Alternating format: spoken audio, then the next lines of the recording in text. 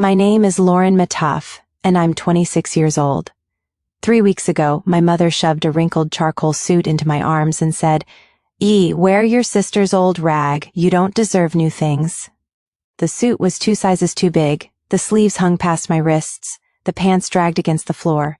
It smelled like dust, old perfume, and the back corner of a closet nobody had opened in years. And my sister Brittany?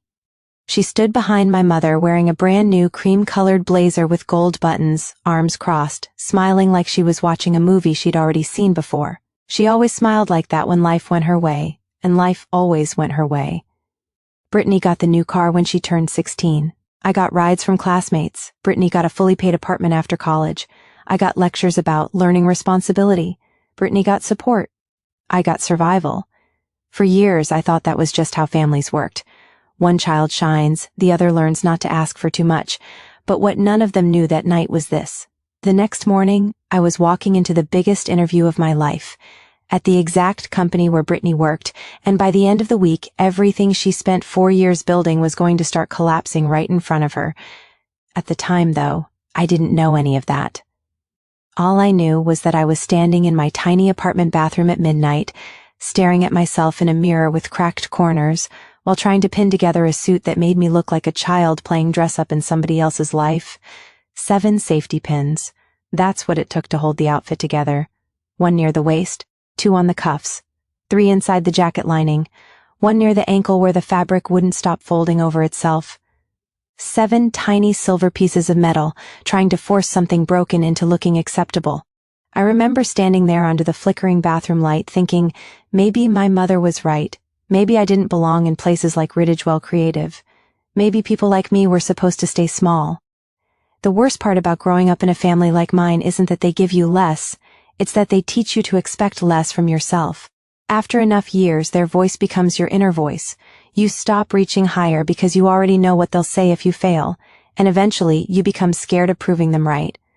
I almost canceled the interview that night. I opened my email 3 separate times with my finger hovering over the cancellation button, but then I looked at my portfolio sitting beside the sink on my cracked iPad. 16 projects, 3 complete rebrands, a nonprofit campaign that increased donations by 40%. Every single thing inside that portfolio had been built by me, not Brittany, not my parents. Me.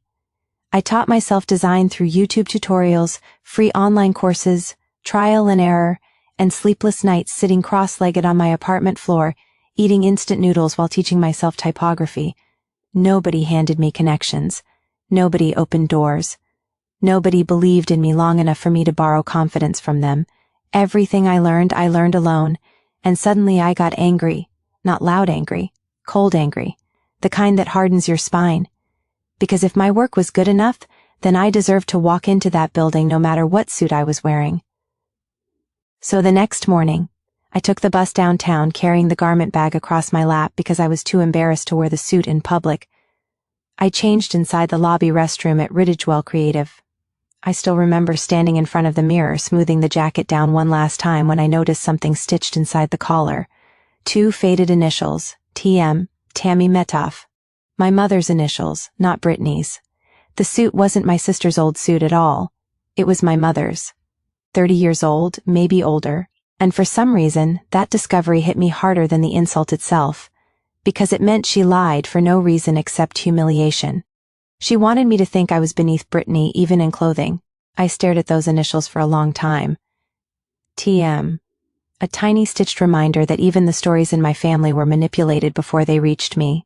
I took a breath, adjusted the pins, and walked upstairs. The interview room was sleek and bright with floor-to-ceiling windows overlooking downtown Portland.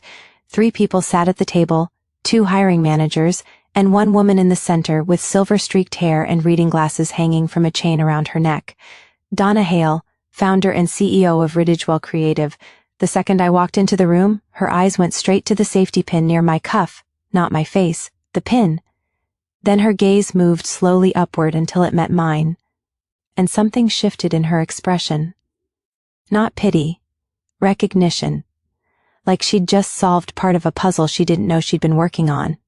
She stood up without saying a word, walked around the table, took off her own navy blazer, and draped it over my shoulders. "Wear this," she said softly. It fit perfectly. I don't think she understood what that moment meant to me. Nobody had ever looked at me and instinctively tried to protect my dignity before. The interview lasted 45 minutes, and for 45 minutes, I stopped being the unwanted younger sister. I became a designer. They asked about branding strategy, visual hierarchy, client communication, nonprofit campaigns, typography systems, and I answered every question, confidently, because design was the one thing nobody could take from me. At the end, the two managers left the room. Donna stayed behind. She folded her hands on the table and studied me carefully. Then she said something that made my stomach tighten instantly. "I know exactly who put you in that suit."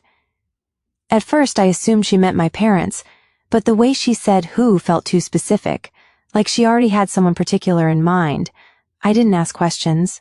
I thanked her for the blazer, shook her hand, and left. That should have been the end of it.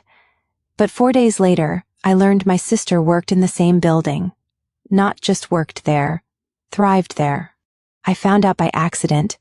I was sitting in a coffee shop when an old classmate named Megan recognized me. We talked for a while before she casually asked, "So how do you know Brittany?" My stomach tightened immediately. "That's my sister," Megan blinked.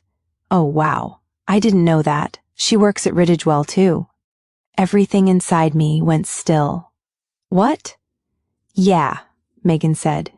"Senior brand strategist, third floor, 3 floors above the interview room." Suddenly, Brittany's weird phone call after my interview made sense. Where was it again? She already knew where it was. She just wanted confirmation. I went home and searched her company profile online, and that's when my entire understanding of my family cracked open. Because Brittany's bio wasn't about her. It was about me. Line after line after line stolen directly from my life. Community college, hand-me-down clothes, working part-time to support the family, growing up with limited resources, using creativity as survival.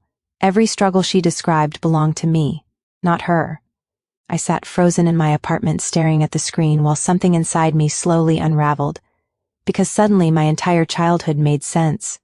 Brittany didn't just need to succeed. She needed me beneath her. She needed my struggles because without them, her story wasn't impressive enough. And the worst part? Everyone believed her. Her coworkers admired her resilience. Her bosses promoted her for overcoming hardship. Clients trusted her because she sounded authentic. Meanwhile, the real person who lived that story was sitting alone in a studio apartment, wondering if she deserved a decent interview outfit. That was the moment something changed inside me permanently. Not heartbreak, not jealousy, clarity. For the first time in my life, I understood that Brittany's success had been built partly from stealing my identity, and once you see something like that clearly, you can never unsee it again. The next day I met Megan near the office. She looked nervous before she even sat down. "There's something weird," she admitted quietly. "What?" After your interview, Brittany went straight into Donna's office, closed the door for almost 20 minutes. I stared at her. She never does that. Usually she just sends emails or catches Donna between meetings. A heavy feeling settled in my chest. Brittany knew I interviewed there, and apparently she panicked afterward. That same evening, Donna emailed me directly asking to meet privately, not regarding my application, regarding something else.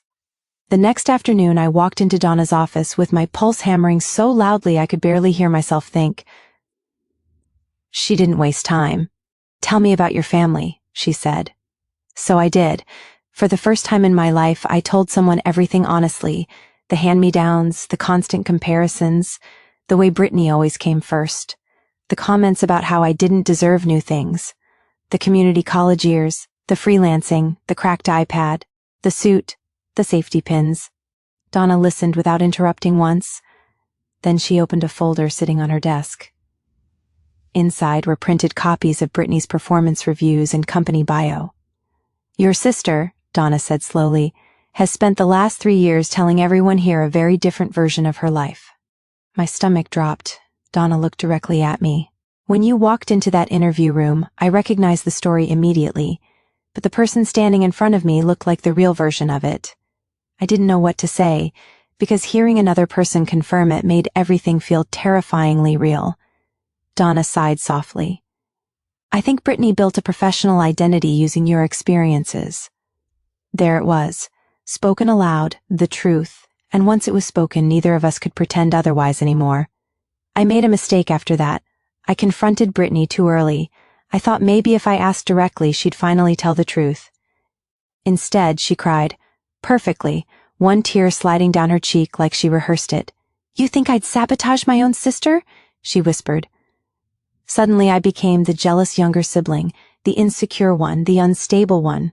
She twisted the conversation so smoothly I almost doubted myself again. That's what manipulative people do. They make you question reality even while you're staring directly at evidence. But this time something was different. I had already seen the cracks, and once cracks appear, the whole illusion becomes fragile.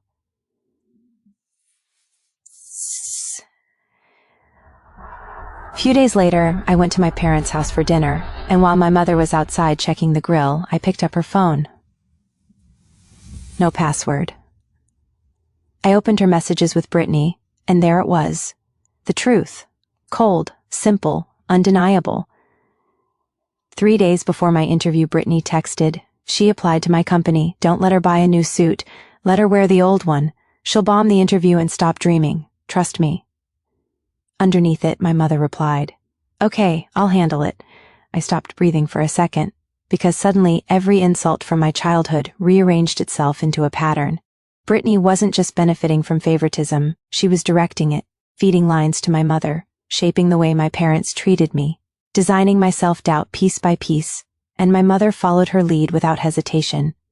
I took screenshots with shaking hands. Then I sat through dinner pretending everything was normal while holding evidence that my entire family dynamic had been manipulated behind my back for years. The next morning, I showed Donna everything. She read the screenshots in complete silence.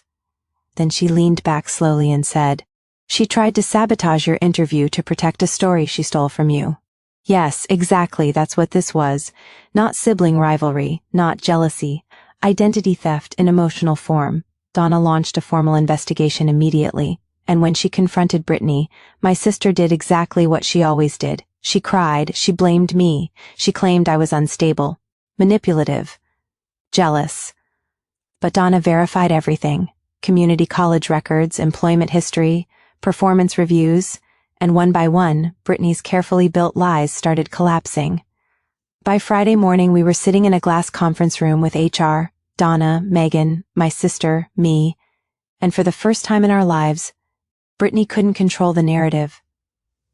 She tried. God, she tried. "My sister has always struggled with comparison," she said sadly, like she was explaining away a difficult child. But then Donna placed the enrollment records on the table. Only one MEDAF attended community college, me. Then came the screenshots, projected on the conference room screen for everyone to see. "Let her wear the old suit, she'll bomb the interview and stop dreaming." Donna read the words aloud slowly, every syllable sharp enough to cut. Then she called my mother on speakerphone, and when Donna asked if Brittany had instructed her to sabotage my interview, my mother admitted it, right there, in front of everyone. The silence afterward felt enormous. Brittany stood up so quickly her chair slammed backward. "She went through Mom's phone," she shouted desperately. "Nobody defended her. Nobody even looked surprised anymore." And that's when I finally spoke. Not loudly, not emotionally, just honestly. "You took my story, Brittany." Her breathing turned uneven. "You took my community college years, my jobs, my struggles, my hand-me-down clothes. You built your entire career wearing my life like a costume." She stared at me with pure hatred. But underneath it, fear. Because for the first time in her life, people were seeing her without the story she hid behind. "And then," I continued quietly, "you made sure I walked into this building looking exactly like the person you told everyone I was." The room stayed silent. "You needed me small so you could look extraordinary." That hit her harder than anything else because it was true. Donna suspended her immediately. A week later, she was terminated, not just for lying. During the investigation, HR uncovered tax fraud tied to a fake dependent claim. One lie led to another. Because people who build their lives on deception eventually stop believing rules apply to them at all. That night, my mother called me crying. Not apologizing, complaining. "You embarrassed the family," she said. I almost laughed, because families aren't supposed to destroy one daughter to protect another. That's not family, that's hierarchy. And for the first time in my life, I refused to participate in it. I'm not letting this go anymore, I told her quietly. Then I hung up. And something inside me finally loosened. Not healed, not completely, but loosened. Like I'd been holding my breath for 26 years and finally exhaled. The following Monday, I started working at Ridgewell Creative. I bought myself a fitted gray blazer from a secondhand shop downtown. Not because it was all I could afford, because I wanted to choose it myself. That mattered more. Choice. Nobody forcing leftovers onto me, nobody deciding what I deserved. Mine. When I arrived, Brittany's desk had already been cleared out. The motivational quote she kept pinned beside her monitor was gone too. Built, not given. The irony almost made me sick, because nothing about her success had been built honestly. She built it using pieces of me, but now those pieces belonged back with their original owner. Me. I chose a desk by the window instead of taking hers. I didn't want her space. I wanted my own. Later that afternoon, Donna stopped beside my desk. "Good to have you here," she said simply. No grand speech, no pity, just respect. And somehow that meant more than anything. That evening I went home and stood in front of my bathroom mirror again. Same cracked corners, same flickering light, but the woman staring back at me felt unfamiliar in the best possible way. Not because I won, not because Brittany lost, not even because I finally got the job. The real change was quieter than that. For the first time in my entire life, I looked at myself without hearing Brittany's voice interpreting me, without hearing my mother deciding my worth, without hearing comparisons, without hearing limitations. Just silence, my own silence, and inside it something new finally had room to exist. Me. I realized then that the suit had never actually been the problem. The problem was the role they forced me to wear my entire life. The invisible hand-me-down identity, the smaller daughter, the less important one, the one expected to settle, the one trained to doubt herself. That was the real costume, and I was finally taking it off. They gave me old clothes and told me that was all I deserved.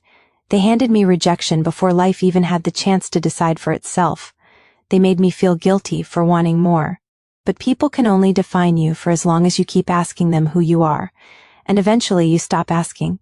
Eventually you look around and realize the people judging your value were never qualified to measure it in the first place. Brittany stole my story because deep down she knew hers alone wasn't enough. That's the truth nobody talks about with people like her. Confident people don't need to steal identities. Secure people don't sabotage their own family. People who truly believe in themselves don't spend years trying to convince someone else they're small. Only insecure people do that. And once I understood that, I stopped envying her. I started feeling sorry for her. Because imagine spending your whole life terrified someone might meet the real you underneath the performance. Imagine needing another person's suffering just to feel special. That sounds exhausting. These days I still keep the old cracked iPad in my apartment. Not because I need it, because it reminds me who I was before anyone validated me, before the promotions, before the office, before people finally saw the truth. That girl taught herself everything while everyone around her underestimated her, and honestly, that version of me might still be the strongest one. Sometimes I think about the safety pins, 7 tiny pieces of metal holding together a suit that didn't belong to me. Back then, I thought they represented humiliation. Now I think they represented survival. Because despite everything they did, I still showed up. That matters. A lot of people never recover from years of being told they deserve less. A lot of people shrink permanently. I almost did too. But the truth has a strange way of surviving quietly underneath everything people bury it under. Eventually it surfaces. Eventually someone notices the cracks in the costume. Eventually the real story walks into the room. And when it finally does, the people who stole it usually have nowhere left to hide. They gave me a suit that didn't fit and told me it was all I deserved. But the suit was never the problem. The lie was. And I don't wear hand-me-downs anymore. Not the clothes, not the limits, not the version of myself they created to keep me small. This story is mine now, and this time, I'm never giving it back.